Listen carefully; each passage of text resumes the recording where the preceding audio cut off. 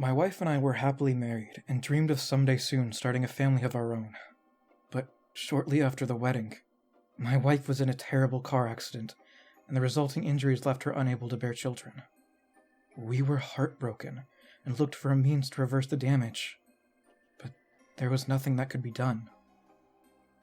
I was of course happy that my wife survived the accident and recovered quickly, but I was also sad knowing that we could never be parents together. Our turmoil was furthered by the fact that my wife was a nurse and would frequently stop by the maternity ward and admire all the perfect little newborns just waiting to be cuddled and loved.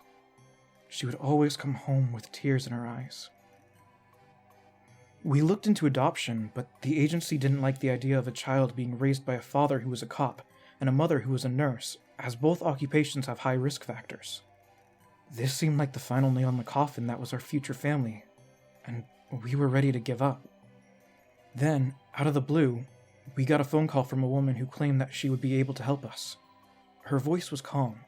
As she spoke, you could feel yourself falling into a seductive lull. I know you want children. I can help you. How? I asked, my voice shaking with excitement. What can you do to help us? The voice responded with a soft giggle. I know of a lovely young woman who would be an ideal surrogate to carry your children. A surrogate? We couldn't possibly afford to pay someone to carry a child for us. Oh no, honey. You misunderstand. The surrogate doesn't want money. She simply wants to know what it feels like to bring new life into the world.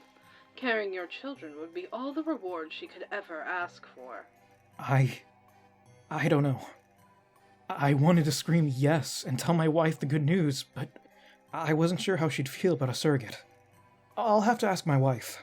I understand. I will await your decision. Wait, how do I get in contact with you again? You don't. I will call you. The phone line clicked off and the dial tone began buzzing. I hung up my phone and anxiously waited for my wife to get home from work.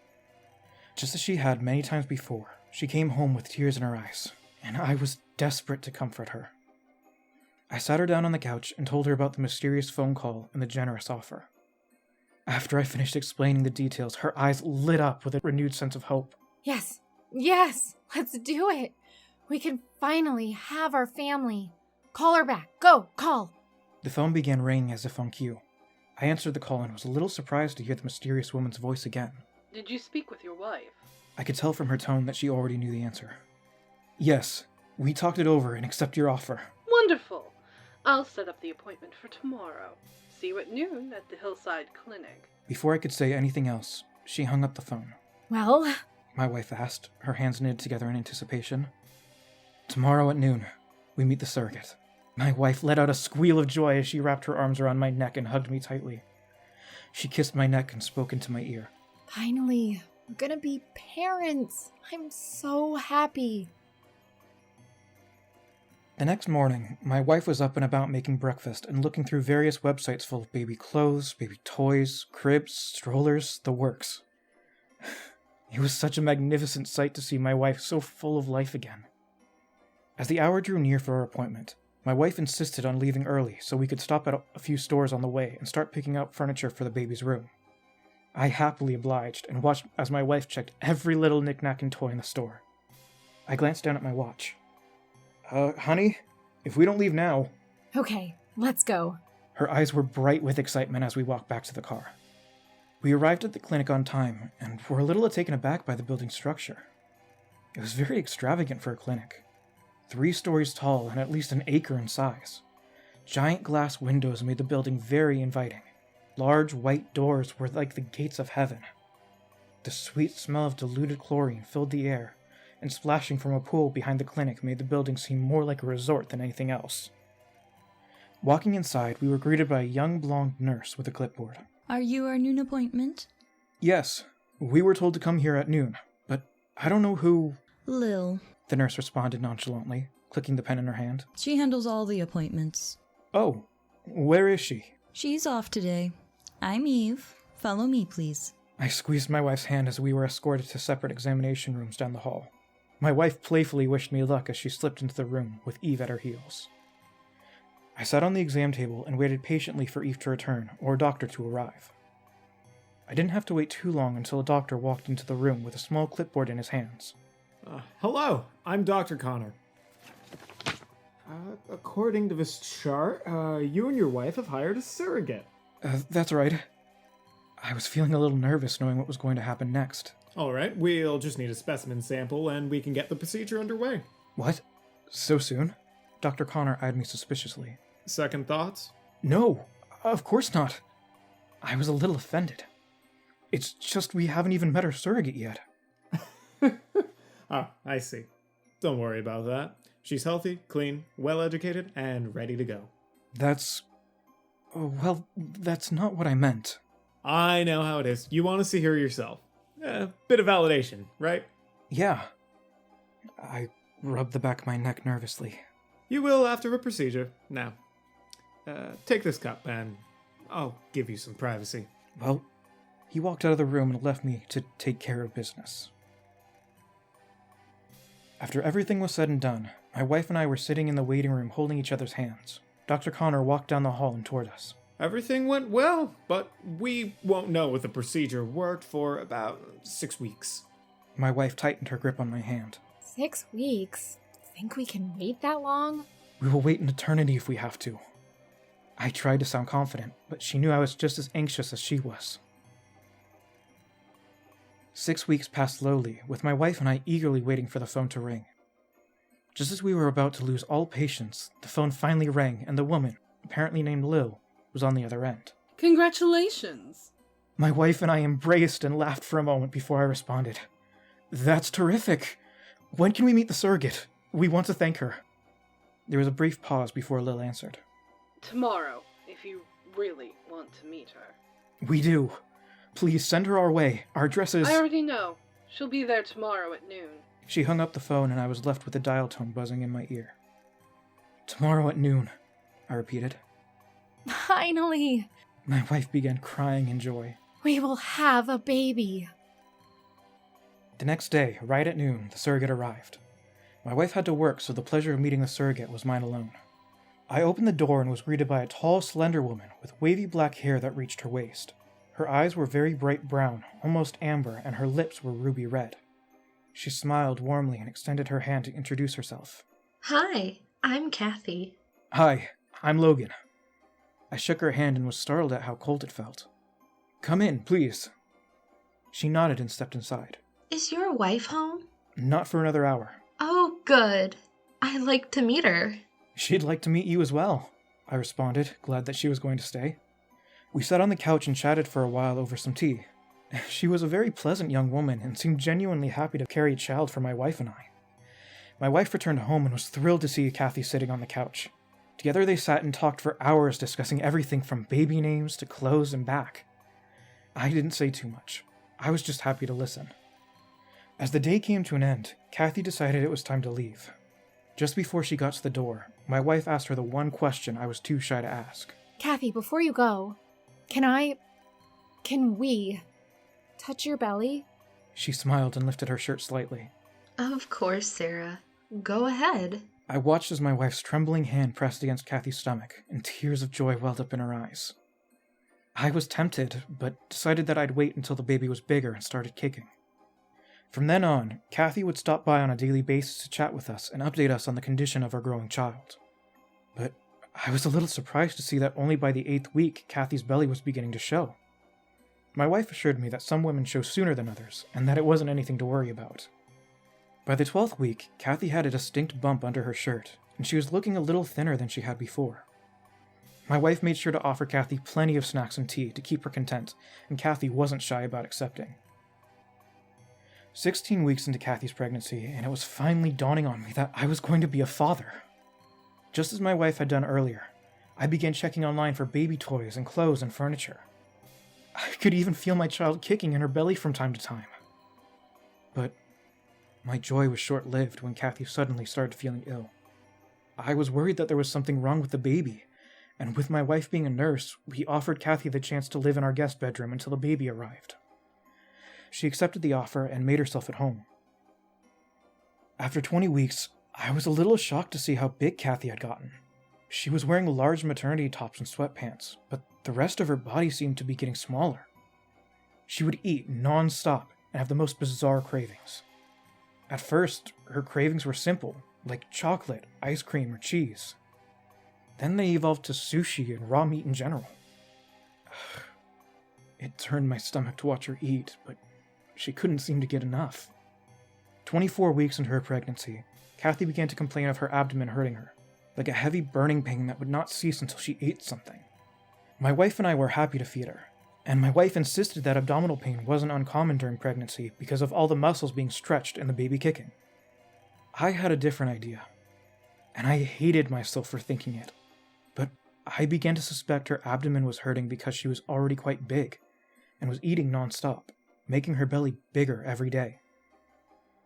When the 28th week passed, it took every ounce of willpower I had not to stare at Kathy's figure. Her belly was round, but the rest of her was skeletal. Her dark hair had become thicker and shinier, her eyes brighter, and her hormones... well, her hormones were raging. Whenever my wife was at work, Kathy would hit on me, trying to seduce me, insisting that because she was carrying my child that it was okay for me to have sex with her. I turned her down only to watch her cry and then wrap her arms around her abdomen as the baby kicked quickly. I could actually see the small bumps and bulges from my child as it squirmed in her abdomen. I was getting scared. I pulled my phone out of my pocket and started to call my wife when Kathy grabbed my wrist and glared at me. No, don't do that. You'll upset him. Upset who? I asked, alarmed at her reaction.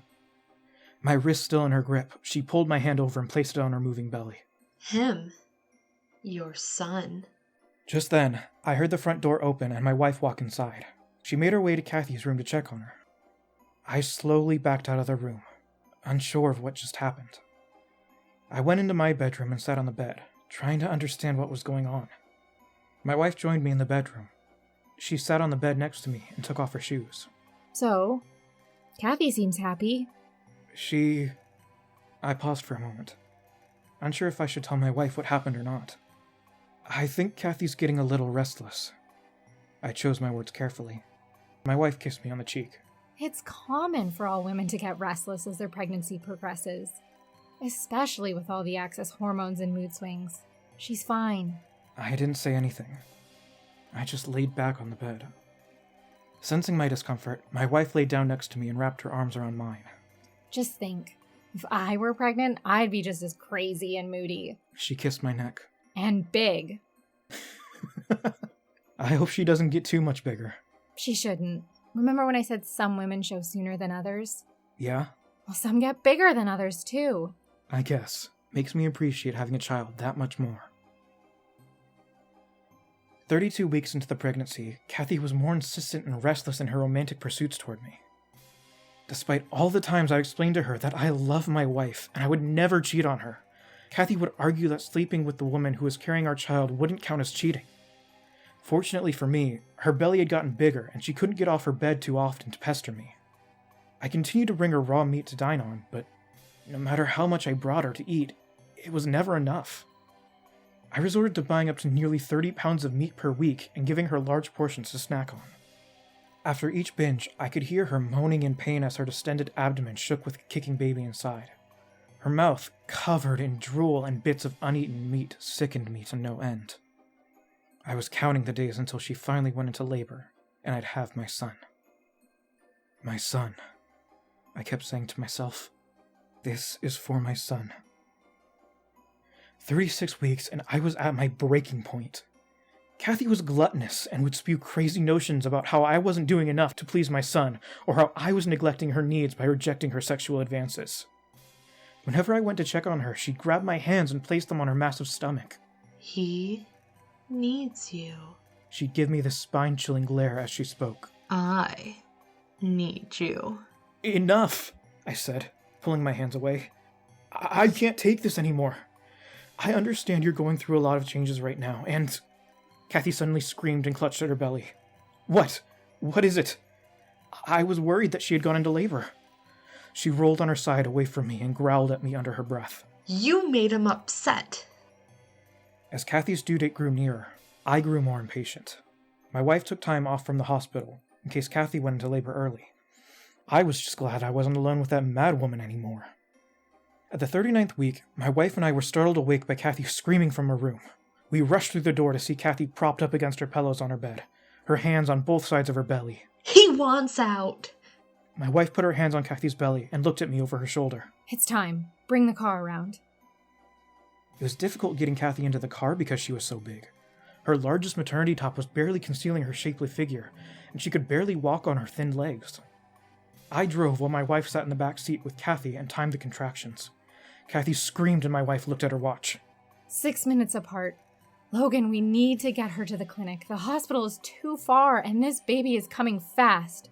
As the car pulled into the parking lot of the clinic, a small group of doctors and nurses were waiting, like they knew we were coming. Before I had time to get out of the car, the backseat doors flew open and the doctors and nurses put Kathy in a wheelchair and wheeled her into the clinic. My wife and I tried to follow, but Eve told us to sit in the waiting room. We could hear Kathy screaming from the delivery room on the other side of the clinic. Within an hour, a woman we had never seen before came down the hall. She motioned for us to follow as she led us to the maternity wing. Through a large window, she pointed to a bassinet on the other side of the glass. From beneath the light pink blanket, I saw the squirming, screaming mass. This is your daughter. She's perfect, I said to myself, even though I was expecting a boy. Just then, a nurse walked into the room with another newborn in her arms. And this is your son. Son? My wife and I looked at each other. Twins? We looked at the other baby in amazement, before it turned into unparalleled horror. The newborn that laid beneath the light blue blanket was not human. His skin was gray. His fingers were unnaturally long and pointed like claws. His toes were two small hooves, and what looked like small horns were beginning to protrude from its head. What is that thing? The escort that showed us down the hall answered matter-of-factly. Your son. That voice, I thought to myself. Lil? She smiled evilly. I promised you children, did I not? Where's Kathy? Lil smiled broader. Gone. Off to another family, I suppose. She cooed a demonic infant through the window before she began walking down the hall. Kathy loves bringing new life into the world. All life is sacred.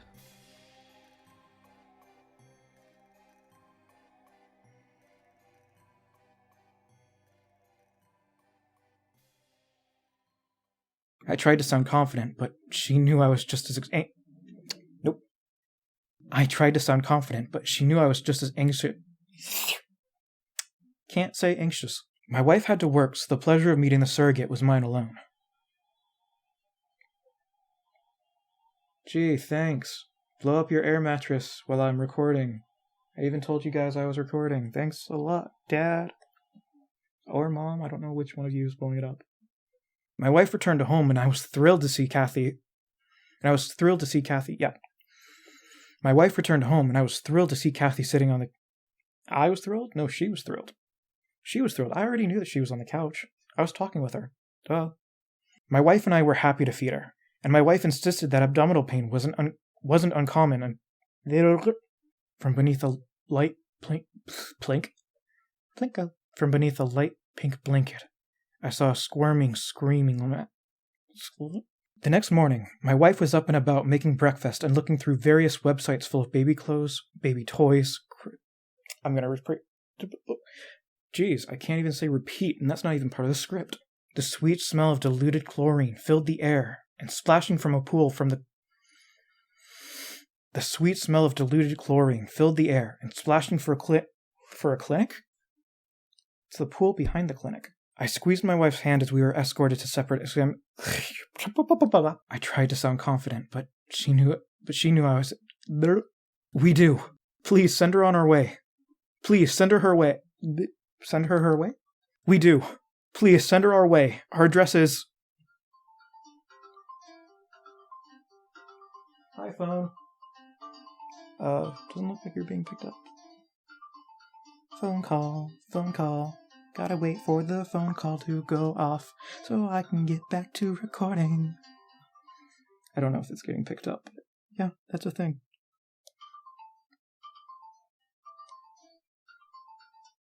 But I was a little surprised to see that only by the 8th week did Kathy's belly... But I was only 16 weeks into Kathy's pregnancy, and I hated myself for thinking it. But I began to Up again, too, sup? Sup, bruh? I had a different idea, and I hated myself for thinking it. But I began to suspect. I can't say that line. My wife took time off from the hospital in case Kathy wouldn't. Yep. My wife took time off from the hospital We rushed through the door and saw Kathy propped up against her pillow on the bed. We rushed through.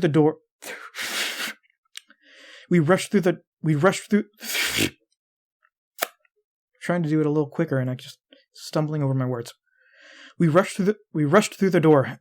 It's common for all women to get restless as their pregnancy progresses, especially with all the access. Hey guys, do you like our content? Do you want to support the show?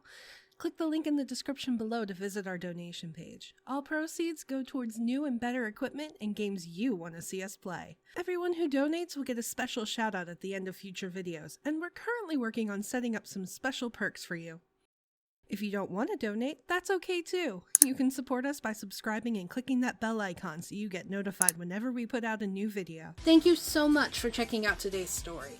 A huge thank you to my friends Ryan Booth, Aarlyn Adams, Kiona BashfulEcho, Ozzie Sneddon, and ByakuCosplay for helping me out today. Make sure to give them some love. Links in the description down below. If you'd like to check out yesterday's story, click that box on the left. Or, if you'd like to see something a little different, click that box on the right to check out our latest Let's Voice Act series. Thanks for watching! Stay creepy, everybody!